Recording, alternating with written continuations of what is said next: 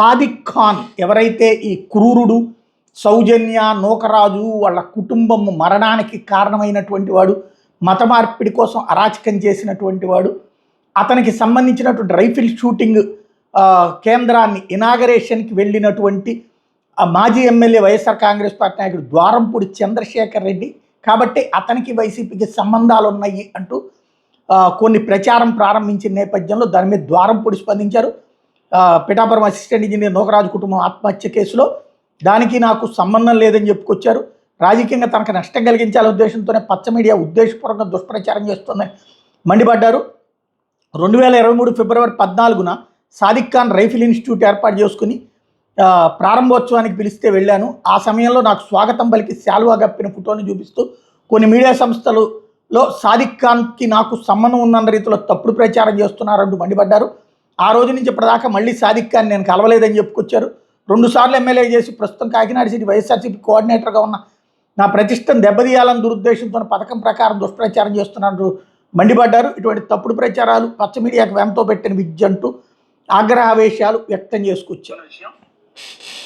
ఈ యొక్క సంఘటనలో సాదిక్ అని ఒక ముస్లిం యువకుడు ఇన్వాల్వ్ అవ్వడం జరిగింది.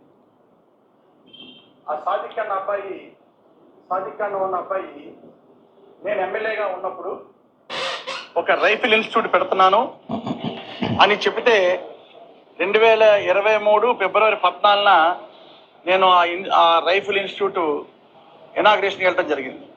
నాతో పాటు ఆ రోజు ఉన్నటువంటి వైఎస్ఆర్ పార్టీ నాయకులు, అధికారంలో నాయకులు అందరూ కూడా రావడం జరిగింది. ఓపెన్ చేసాం. ఇనాగ్రేట్ చేసిన తర్వాత అందులో భాగంగా నాకు షాల్వా కప్పి ఒక ఫోటో తీసుకోవడం కూడా జరిగింది. దాన్ని ఈరోజు ఈ పచ్చ మీడియా ఛానల్స్ కానీ, పచ్చ మీడియా సంబంధించిన యూట్యూబ్ ఛానల్స్ కానీ చాలా దారుణంగా ఆ సాదిక్ ఖాన్ అన్న కూడా నా యొక్క పాత్రలో ఇవన్నీ చేశాడని, కాకినాడలో దందాలు చేస్తున్నాడని, అతను నేను ప్రోత్సహించానని ఇష్టం వచ్చినట్టు ప్రచారం చేయడం జరుగుతుంది.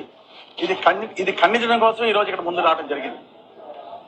ఆ రోజు నుంచి ఏ రోజైతే నేను అది ఇనాగ్రేట్ చేశానో, ఇనాగ్రేట్ చేసినప్పటి నుంచి ఈ రోజు వరకు కూడా అతను కలిసిన సందర్భం లేదు. ఒక్కసారి కలిసి ఇనాగ్రేట్ చేసినప్పుడు ఫోటో తీయించుకుని దాన్ని ఇంత దారుణంగా ప్రచారం చేయడం కరెక్ట్ కాదని సందర్భంగా తెలియజేసుకుంటూ ఇప్పటికన్నా కూడా దొంగ ప్రచారాలు మానేయండి. ఇది ఇనాగరేషన్లు చేసేటప్పుడు తెలియదు కానీ తెలిసిన తర్వాత ఖండించి ఉంటే కరెక్ట్గా ఉండేది. ఆయన ఖండించకపోవడం వల్ల ఖచ్చితంగా సంబంధాలు ఉన్నాయి అనేటటువంటిది అవతల వాళ్ళ ప్రచారానికి ఉపయోగపడుతుంది. అదే ఇక్కడ వీడు మిస్ అయ్యేది.